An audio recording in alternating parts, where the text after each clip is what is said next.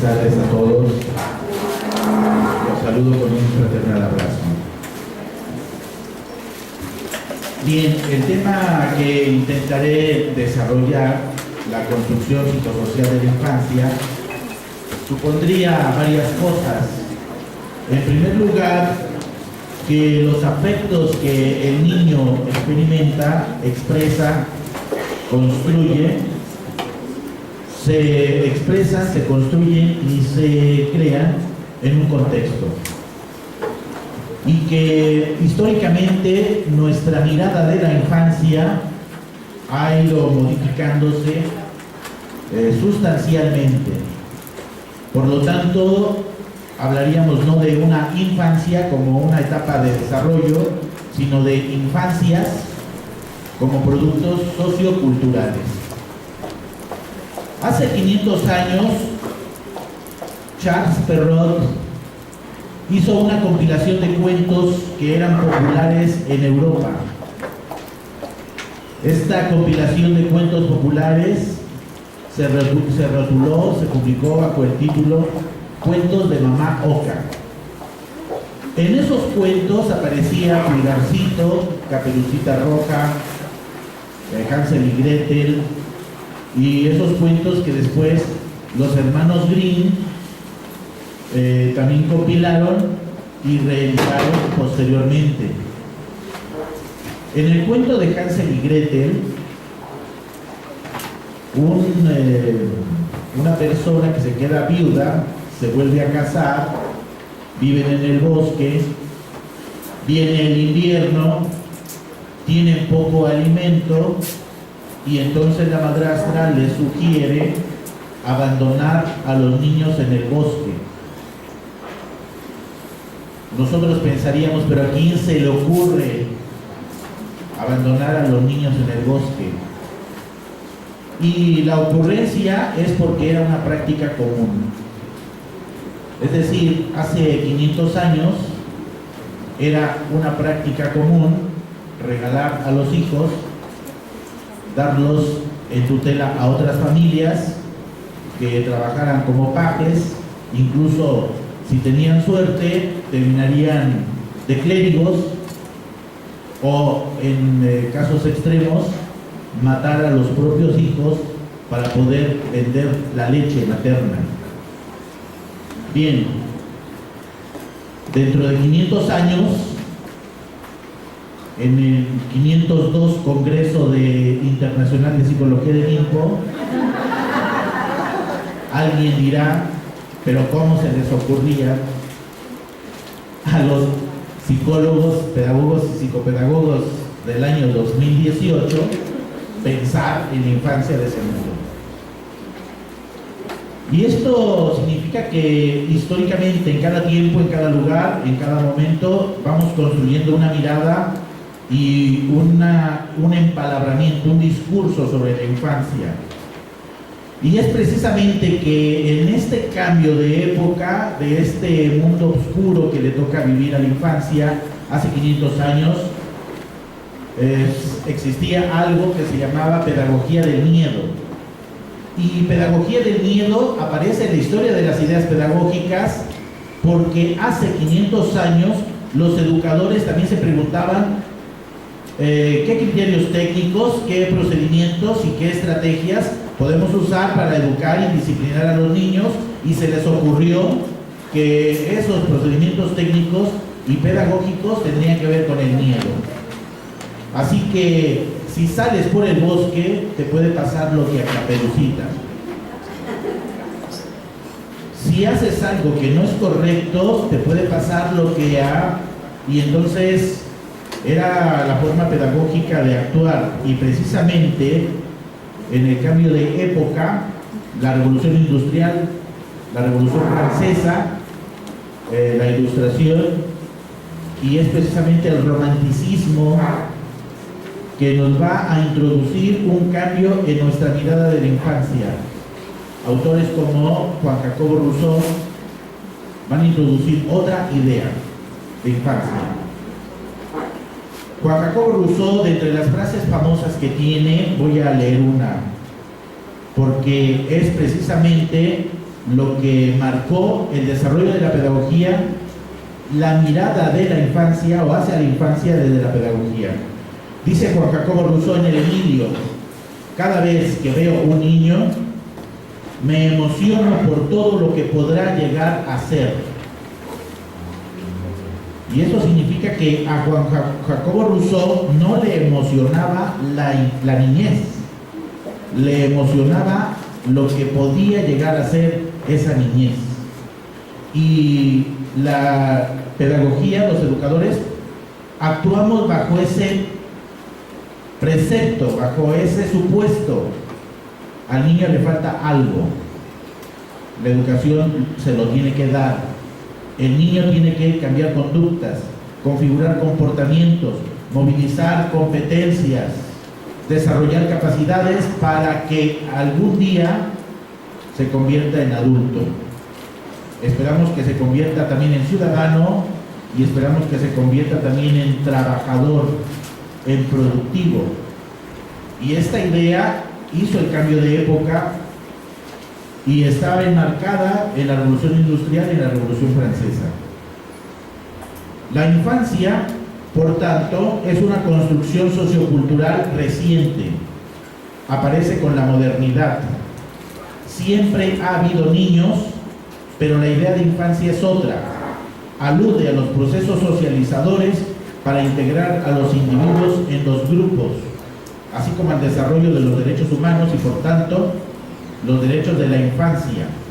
La niñez se convierte, a través de las instituciones de las ciencias sociales y humanas, en objetos de estudio y de control social, tanto como en sujetos de derechos, lo que exige recuperar su singularidad y subjetividad individuales. Para bien o para mal, los seres humanos desarrollamos saberes que utilizamos para bien o para mal. Por lo tanto, no hay puntos de vista buenos ni puntos de vista malos. No significa que el desarrollo de un saber es malo en sí mismo, sino que la utilidad y a veces la ventaja que se puede sacar de eso puede que éticamente sea incorrecto, moralmente mal visto. Para bien o para mal, nosotros entendemos a la niñez así, como la entendemos ahora. La infancia es una construcción sociocultural y esto significa que la infancia, como la conocemos, no ha existido siempre. Las representaciones del niño a través de la historia occidental muestran que no había una representación singular, sino una especie de modelo reductivo de la representación de los adultos. Esto se ve en el arte. Estamos hablando en este cambio de época entre lo que Perrault hace con los cuentos de Mamá Oca, pero que en la misma época Comenio hace con la didáctica. Introduce elementos técnicos para la educación y la disciplina del niño. Es un acontecimiento histórico en la historia del pensamiento educativo, porque no se había hecho antes. Libros ilustrados no habían existido. Retratos de niños no habían existido. Por lo tanto, es una época en donde la mirada hacia el infante, hacia el niño, se vuelca y entonces el niño empieza a adquirir una personalidad propia, una singularidad. Entenderíamos esto si pensamos que hace más de 120 años las mujeres no votaban y que ahora se nos haría raro esa idea. Pero socialmente podríamos decir, hace 120 años, las mujeres no tienen vida pública, el lugar de las mujeres está en su casa, deben dedicarse a cuidar a los hijos, no participan de la vida pública, ellas no entienden de política. Es el discurso social que prevalece en el orden de lo moral, de lo ético, de lo político de hace 120 años. Hoy ya no hablamos así. Ha habido una transformación en nuestra mirada de las mujeres, del género, de los mismos hombres. Nos cuestionamos nuestra propia masculinidad, nos queremos volver más sensibles, no sabemos cómo, pero estamos en eso. Lo mismo pasó con la infancia. Ha habido un cambio en las atribuciones, representaciones y simbolizaciones que la sociedad ha depositado en los niños. Por tanto, más que pensar en la infancia como una etapa de desarrollo del niño, debemos pensarla como proceso psicosocial, cultural, que es expresión de la época y del contexto, puesto que lo que pensamos de los niños está enmarcado por ello. Para los adultos,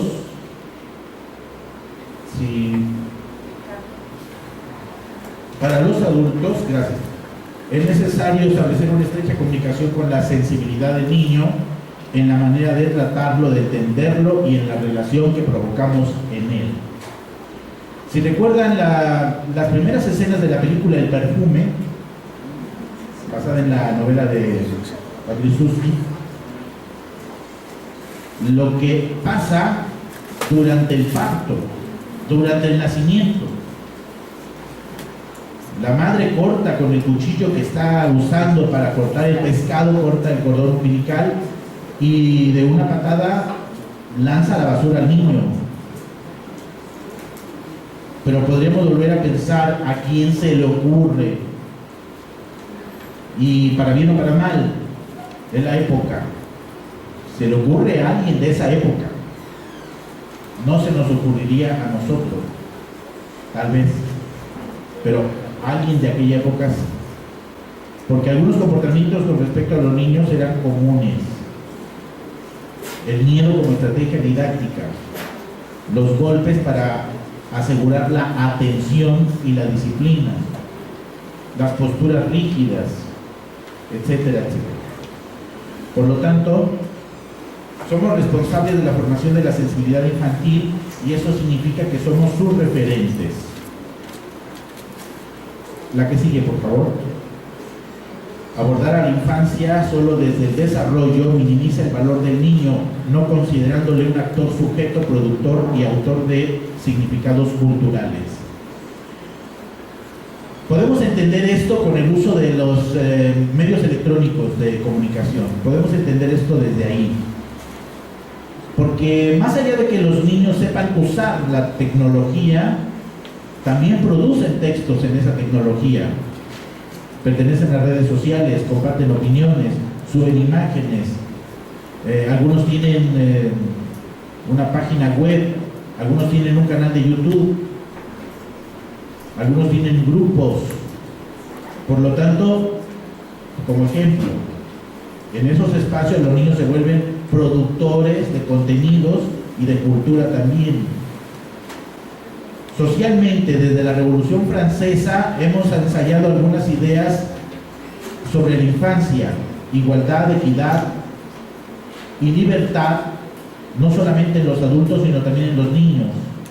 La Declaración de los Derechos Infantiles en 1989 proclama algo muy particular. Los niños tienen derecho a participar. Es decir, que los adultos les hemos otorgado un espacio en la vida pública a los niños. Los hemos sacado del domus, de lo familiar, de la casa, y los hemos llevado a las civitas, a la ciudad, a los espacios públicos. Bien a bien, no sabemos cómo hacerlos participar. Bien a bien, no sabemos si deben decidir. Bien a bien, lo estamos aprendiendo. Bien. La que sigue, por favor. La que sigue. La trama sobre la que se teje la vida del niño es el mundo de los afectos que le rodea y que forman las pautas de su propia dimensión como adulto. La que sigue. Su interacción con el adulto, que puede ser grandiosa o miserable, determinará en muchos aspectos su personalidad y forma en la que él va a relacionarse con los demás, con el mundo e incluso con la muerte. La que sigue, por favor. La infancia es el soporte de las grandes ilusiones sociales y de las grandes frustraciones del mundo adulto. Bien, como representación, la infancia se encuentra entre el mundo y el juguete, en un mundo ya interpretado. Es decir, si nos preguntan cualquier cosa a nosotros, si nos preguntan lo que pensamos, sentimos, anhelamos, esperamos, deseamos, siempre vamos a responder desde lo que sabemos y desde nuestra autonomía, de lo que esperamos. Pero eso significa que nosotros ya pasamos por un ejercicio de adquisición de un lenguaje, de creencias, de valores, de un saber científico, de un saber disciplinario, y desde ahí hablamos. Los niños no. Por tanto, la obligación social de recibir y de instalar al niño en el mundo tiene ahí un problema. Es decir, cuando nacemos, llegamos a un mundo que ya existe, llegamos a un mundo que ya está en proceso. Por lo tanto, hay la obligación social de instalarlos en ese mundo que es anterior a ellos y que ya está en camino. Y eso significa que ellos llegan a un mundo que ya está interpretado y que el ejercicio es adquirir los elementos para poder jugar ese juego de interpretar el mundo. Infant significa el que no habla, el que no tiene opinión, porque era la forma de referirse a los niños cuando aún no hablaban. Pero ahora las instituciones están muy interesadas en hacer hablar al que no habla. Tenemos el mandato social de hacer que los niños se conviertan en adultos, se transformen en la potencia que guardan. Con pensadores como Rousseau, nuestra mirada en la infancia se concentra en lo que pueden llegar a hacer. Lo que pueden llegar a hacer. Y a veces, como decía la maestra Karina, cuando nos aproximamos al mundo infantil y queremos revivir esas experiencias infantiles, terminamos infantilizándonos, hablando como niños, refiriendo cosas sencillas, fingiendo la voz, y entonces eso en realidad no contribuye mucho a su maduración. Lo imitamos cuando hablamos de infantilizar. Pero la escuela, como espacio donde los niños pasan mucho tiempo, sí necesita ser infantilizado, pero no en ese sentido, sino que es un espacio en el que ellos conviven, coexisten y son escuchados, y por lo tanto es un mundo infantil, no infantilizado, es un mundo infantil. La gran paradoja de hoy día, la que sigue, es que el mundo hipercomunicado y productivo no deja espacio a la infancia, es decir, vivir la infancia. Ya se ha referido mucho a ese aspecto.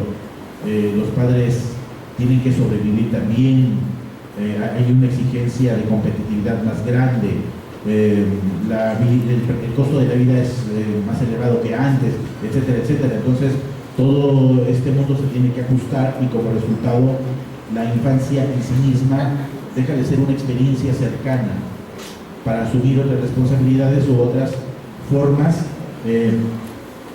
que ya se van perdiendo. Hay una destradicionalización en el día de hoy, hay una destradicionalización. La que sigue, por favor. El niño se ha vuelto un personaje incómodo, no produce, no eleva el Producto Interno Bruto, y sin embargo consume para sí recursos, tiempo, espacio.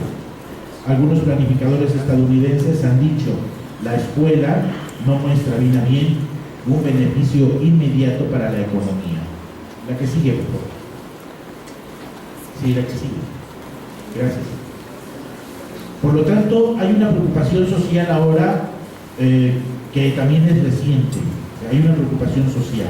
Sí, la que sigue, por favor. Nos preocupa ahora su afectividad, su intimidad y su realidad individual. ¿Desde dónde ve la vida el niño? ¿Con qué formas culturales y sociales? ¿No será que nuestros mejores niños se están convirtiendo en los peores ciudadanos? ¿No será que esos niños que están enmarcados en las escuelas como niños de éxito están aprendiendo a pasar por encima de otros, a lograr metas para complacer a otros, etcétera, etcétera, etcétera?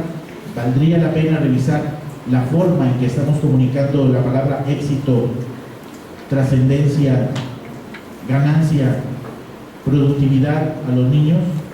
Bueno, eso está por pensarse, y vuelvo a referir aquí a Jules Tour. Para bien o para mal, es el conocimiento que vamos construyendo de la infancia y de los seres humanos. La que sigue, por favor. Esto implica un enfoque de valores, de metas, de estrategias, de atención y de formación. La infancia es algo dinámico, por ser sobre todo un constructo por pensarse. No hemos terminado de entender el entramado dispositivo disciplinario que tejen esa red de poder que configura la socialización del niño. En otras palabras, no hemos terminado de entendernos como seres humanos. Los seres humanos estamos en proceso. Los seres humanos estamos en camino. Hemos logrado cierto conocimiento, pero no significa que el conocimiento logrado sea el mejor conocimiento. Y no significa que sea lo último. Todavía estamos por construirlo. Por lo tanto, debemos pensarnos a nosotros mismos como en tránsito. Los seres humanos estamos en tránsito. Bien. La que sigue. No siempre fue así. La que sigue, por favor. Los comportamientos paterno-filiales han cambiado a través de la historia como exigencias psicoculturales. Los romanos aportan algo positivo a la vida de la infancia. Dos cualidades. La que sigue. Uno, los romanos aportan una tolerancia respecto al crecimiento lento. Y dos, un disfrute de la infancia como parte de la familia. La que sigue. Gracias. A los romanos les preocupa la fecundidad, la patria potestad y las normas de educación, aunque sus leyes son crueles con la infancia. La siguiente. Por ejemplo, el jefe de familia tenía el poder de disponer de la vida de cualquier miembro de la familia, darle muerte e incluso venderle. Podrían también ser abandonados de manera legal. A un hijo nacido de su mujer, reconocerlo como legítimo o como ilegítimo. Los romanos tenían una práctica, se llamaba exponer. En la puerta de la casa se paraba el padre, le ponían al niño recién nacido a los pies. El padre podría cargarlo si era varón, o podría ordenar que se le alimentara si era mujer. Y de esa manera, con ese acto, reconocer que era suyo y que lo aceptaba en su familia. O podría también ignorarlo, lo que significaba condenarlo a salir de casa. Es decir, a matarlo o a regalarlo o a venderlo. La que sigue, por favor. Desde el siglo IV a la caída del Imperio Romano y hasta el Renacimiento, se elimina la enseñanza de las artes liberales y la educación física, pues el cuerpo debe ser expiado por el castigo. La que sigue. La era cristiana entonces otorga al padre la responsabilidad de la crianza del hijo en la virtud.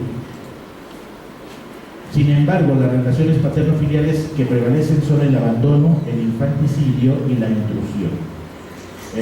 La que sigue, por favor. La Edad Media está caracterizada por la costumbre de enviar a los niños con otras familias para servir de pajes, criados o clérigos. La aparición de la figura de ama de cría, muchas mujeres asesinaban a sus propios hijos para poder amamantar a los ajenos por valía, por algo para sobrevivir. La que sigue, por favor. No obstante, la Iglesia comienza a presionar para que se promulguen leyes que eviten los males de los niños, incluido el aborto. Y aquí se introduce como parte del imaginario y de la representación de la infancia el niño Jesús. El niño Jesús como representación del infante. Por lo tanto, el niño Jesús representa la pureza. Los niños no tienen pecado. Los niños son puros. Los niños naturalmente no tienen el mal. Esta idea tiene que ver con el arquetipo de infancia que aún nosotros hemos heredado, como arquetipo y representación. Hemos heredado eso, como infancia. Y eso se vuelve un lugar poético, un lugar mágico. Los adultos a veces necesitamos ir a ese lugar poético y mágico. Necesitamos ir a ese lugar también, desde el punto de vista del arquetipo. Bien. La que sigue, por favor. Nace en esa época un sentido de ternura, compasión, capacidad de empatía por algunos padres de familia. Se considera, por ejemplo, en esta imagen,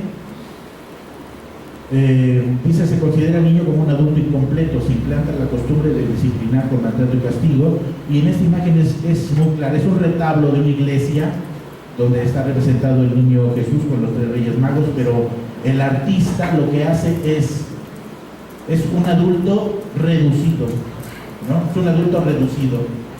A eso me refería con el hecho de que hace 500 años se empezó a tomar al infante desde su singularidad, sus rasgos, sus expresiones, sus formas de hablar, de conducirse, y antes solamente la representación del niño era la figura del adulto reducida, ¿no?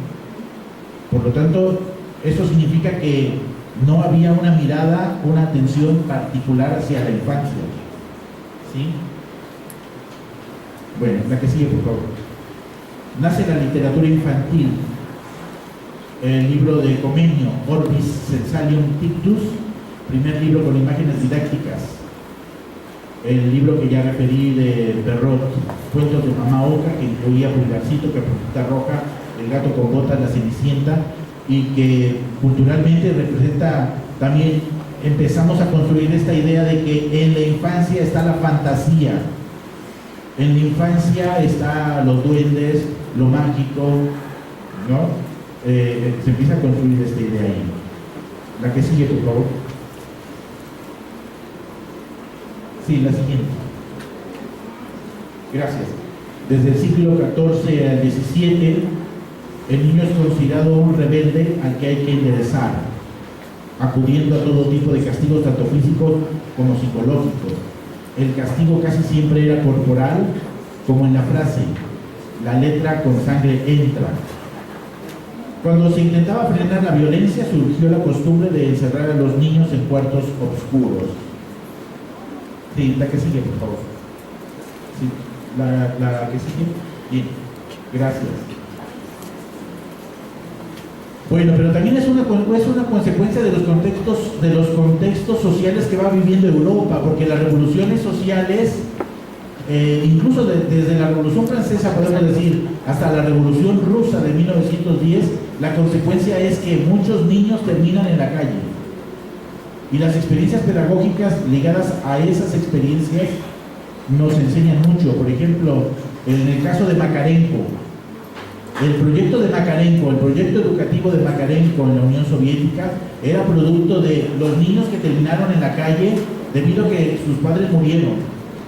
El proyecto de María Montessori, el proyecto de Carlo Gnocchi y muchos otros proyectos educativos y pedagógicos que introducían ideas innovadoras, activas a la pedagogía, a la educación, por la necesidad muy clara. Hay niños en la calle que hay que sacar de ahí, y la solución es traerlos y llevarlos a la escuela, meterlos a la escuela. Bueno, y por eso el niño es considerado un rebelde. El niño roba para sobrevivir, el niño se agrupa en bandas para sobrevivir. Esas son las condiciones y la respuesta adulta y pedagógica de esos momentos. La que sigue, por favor. Bien, nace la psiquiatría. La que sigue. Bien, nace la psicología infantil, cuyo interés es adentrarse en el mundo infantil para modificar conductas, es decir, se desarrolla una práctica intrusiva del adulto en el mundo del niño. A finales del siglo XVIII tenemos dos acontecimientos que darán lugar al establecimiento del mundo burgués: la Revolución Industrial y la Revolución Francesa. Un nuevo hecho cambiará las formas de existencia, la República contemporánea. Con el nuevo orden, un conjunto de prácticas estatales dan lugar al cuidado de la infancia. El Estado se vuelve vigilante de la familia. Se crean instituciones de asistencia. Se crean políticas públicas de protección, tanto a nivel doméstico como institucional. Se habla de tutela, de protección y de educación. Estamos hablando de la Revolución Francesa para acá. Durante el siglo XIX, el niño está cada vez más en el centro de la familia, pero entre él y su familia comienza a aparecer otros, los saberes científicos, el médico, filántropos, pedagogos, psicopedagogos, paidólogos y hombres de Estado que pretenden protegerlo, disciplinarlo y ampararlo. Y entonces, históricamente, ese sería cómo fue el cambio, la modificación, esta transformación para entender la infancia que hoy tenemos, las obligaciones sobre los niños que hoy tenemos, las prácticas educativas y de cuidado que hoy tenemos con los niños. El niño es centro de las primeras leyes sociales. Por ejemplo, en 1841 aparece la primera ley social que legisla sobre la limitación de la jornada laboral. La familia burguesa será la familia que se reúne por amor. El casamiento de pacto por conveniencia se desplaza por el casamiento por elección. El niño será conceptualizado como frágil e inocente y el Estado se establecerá como controlador de la función de los padres y protector de la familia. Incluso las políticas de población. Paradójicamente, cuando hay un desarrollo en el conocimiento del niño, su desarrollo psicológico, su afectividad, sus necesidades educativas, cuando surge este auge en el desarrollo de las ciencias de la infancia, también surge un control de la natalidad. Un control que tiene que ver con la disminución de la tasa de natalidad. Las políticas de población de origen malthusiano introducen programas de planificación familiar. Los gobiernos realizan esfuerzos por mantener la natalidad baja. La que sigue, por favor. El niño es considerado mano de obra barata. El niño es un bien que se puede explotar. Es un terreno por conquistar. La psicología infantil se ajusta a las exigencias sociales de la escuela. La escuela tiene que incorporarlos al mercado de trabajo. La escuela tiene que formar buenos ciudadanos. Y la escuela es el medio por el cual los niños heredan un status quo y la cultura de ese status. Así que las ciencias humanas y sociales han sido un medio para normalizar nuestra mirada sobre la infancia. La infancia es un valor. Lo tenemos como un valor. El valor del niño está en lo que puede llegar a ser. Todo nuestro esfuerzo educativo está en transformarlo, cambiar sus conductas, configurar sus comportamientos, movilizar sus competencias, desarrollar sus capacidades. Pero, ¿qué es la infancia? Como representación, pero también como producción cultural, como un mundo. Así que la infancia a lo largo de la historia, la que sigue por favor, ha sido utilizada por los adultos como objeto sexual, mano de obra, objetos de circuncisión y de castración. Todos conocemos la costumbre de los castratis, ¿no? Es decir, un refinamiento en la voz de los artistas que se lograba por medio de la castración, ¿no? Los principales psicólogos infantiles han propuesto teorías del desarrollo. Hace falta también una teoría psicocultural de la infancia, es decir, referente a su intimidad, su afectividad y su realidad infantil. Los autores que trabajan esta línea empezaron con Philippe Ariès, Lloyd de Maus, Fernando Bárcena Orbe, Agustín Escolano. Son los autores que he retomado para esta charla. Sí, la que sigue, por favor. Sí, gracias. La infancia se convierte en tierra fértil que puede ser conquistada, regulada, controlada y productiva. Aparecen los discursos modernizadores de la infancia, los discursos tecnológicos y sociológicos como construcción posible de representaciones del niño. Tenemos a Arnold Gesell, gracias a quien tenemos las primeras teorías del desarrollo, donde empata aspectos como crecimiento por edad, comportamiento, percepción, a Sigmund Freud, la que sigue, la cámara de Gesell, la que sigue, por favor. Tenemos a Sigmund Freud, la que sigue. Y, por ejemplo, en el caso, en la opinión de Lloyd de Maus, dice que en las confesiones de San Agustín se habla de sí mismo, habla de su infancia como con este carácter de singularidad, habla de él mismo como dando características de así somos, o así eran los niños, o así era yo como niño. Y esta singularidad se recupera con el psicoanálisis. ¿Qué es el niño? ¿Cuál es su vida psíquica? ¿Cuál es su mundo interno? Ese es el gran aporte de la psicología a nuestro entendimiento también del mundo infantil. La que sigue, por favor. Sí. La que sigue. Las etapas de desarrollo de Piaget. La que sigue. Ok. Y otros psicólogos que han aportado algo al conocimiento del desarrollo, la madurez y el crecimiento de los niños. Sí, la que sigue, por favor. Bueno, de donde se ha derivado toda una profilaxis infantil en los últimos 60 años, de modo que hoy el niño sabe mejor que sus propios padres qué es lo que necesita en cada etapa de la vida. Sí, la que sigue. Estamos criando niños hiperexigentes. Y es que como sociedad nos hemos atrevido a llevar al niño a la vida pública y a darle la palabra y la voz, y a veces no sabemos qué hacer ya con esa palabra y con esa voz que le hemos otorgado al niño. Y entonces empezamos a escuchar reportes de que los niños son quienes abusan de los adultos, los niños son quien agrede a los adultos, los niños, hay un aumento en el suicidio, hay un aumento en el homicidio y en la delincuencia infantil. Y entonces nos estamos preguntando, bueno, ¿a quién juzgar?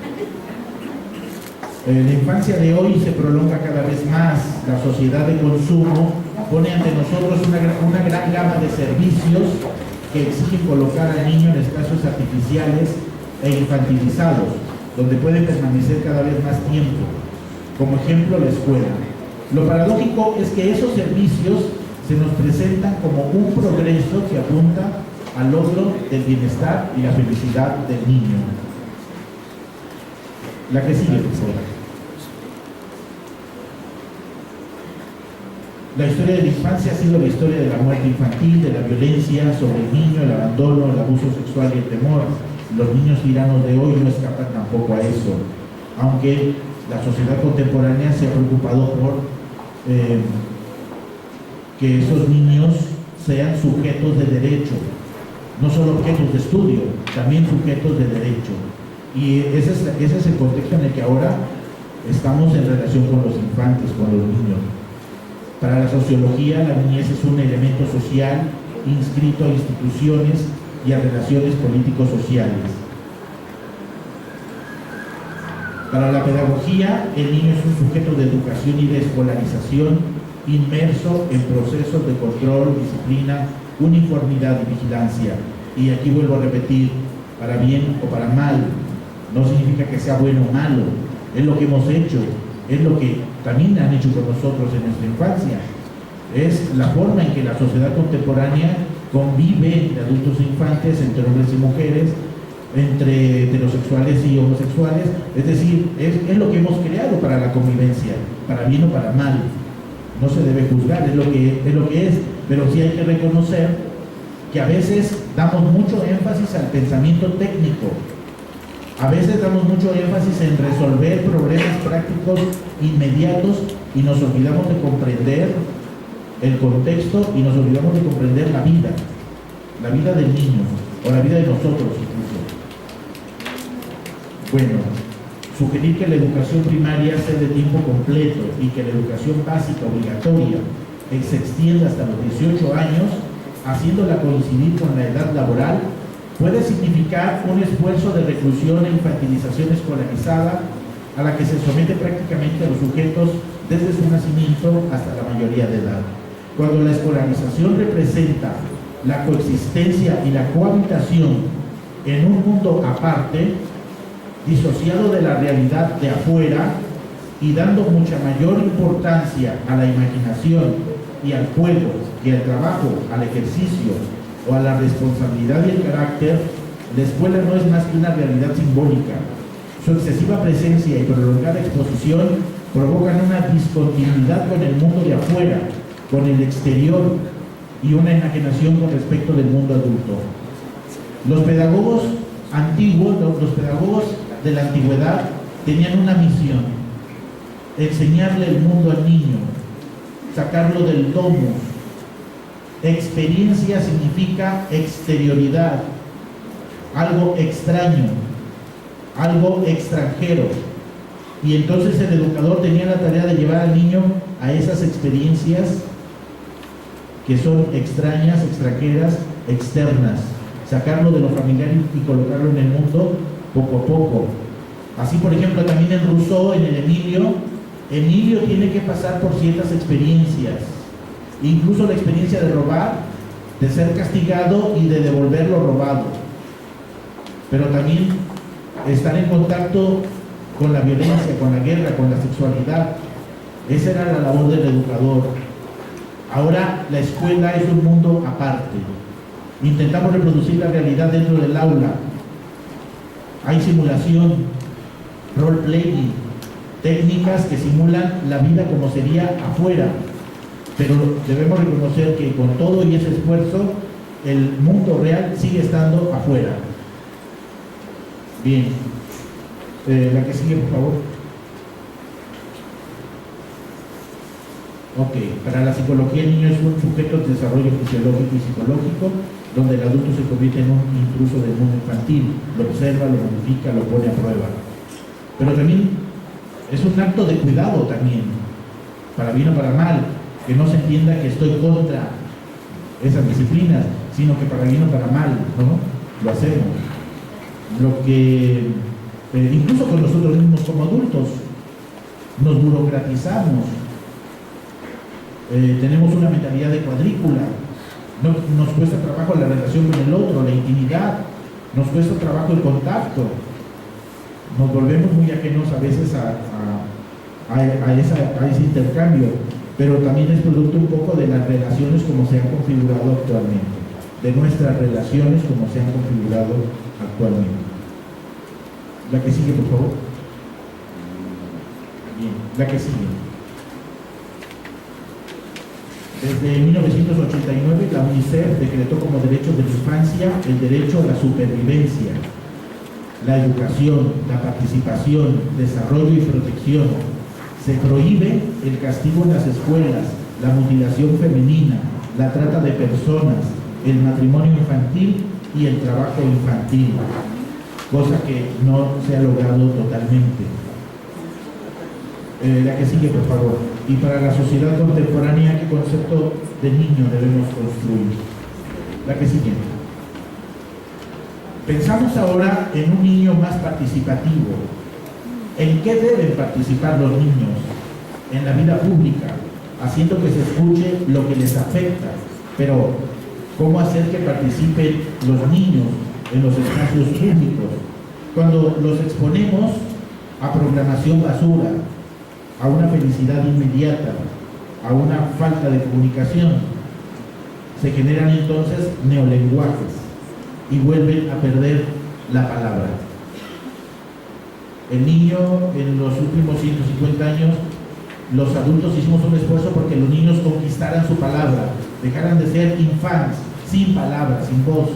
Les dimos voz, les dimos espacio, pero ahora pareciera que retroactivamente el mundo contemporáneo se las quita otra vez.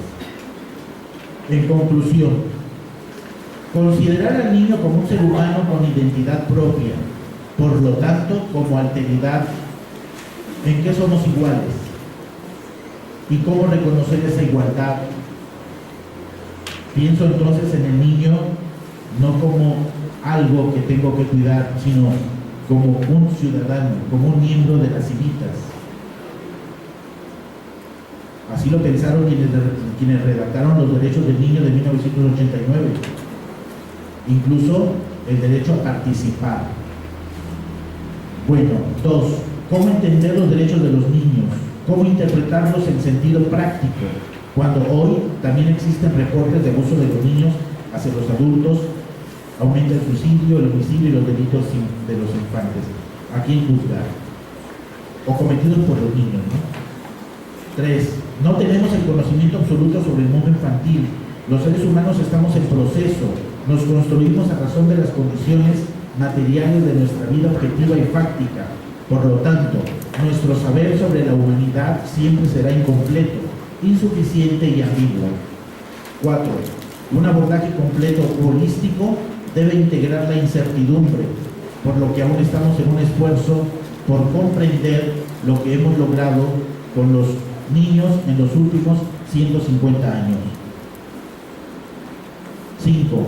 La realidad se transforma mucho más rápido que el desarrollo de las ciencias.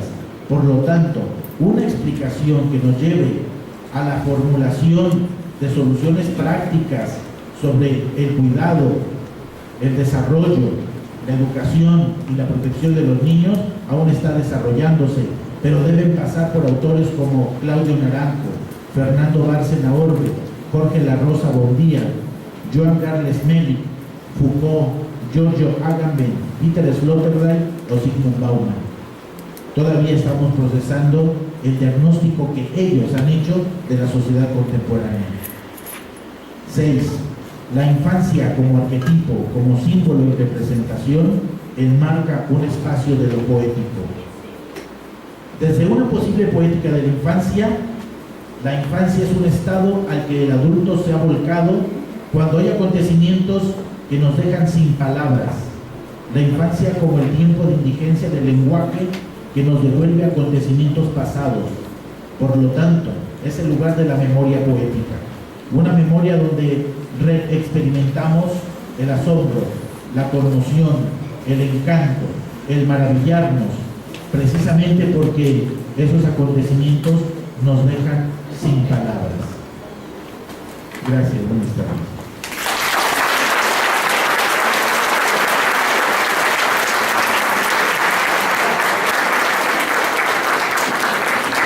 Muchas gracias, doctor José Manuel López Estrada. Le entregamos ahora un reconocimiento, así como nuevamente el aplauso de nuestros presentes.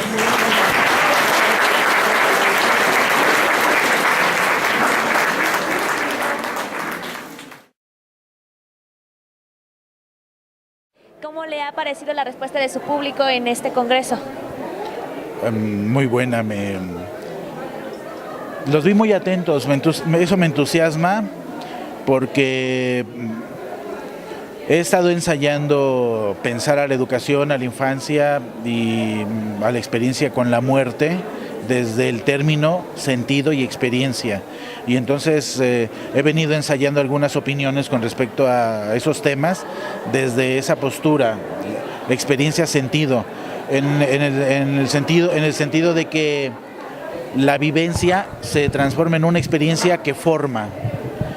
Y entonces me ha interesado esa perspectiva.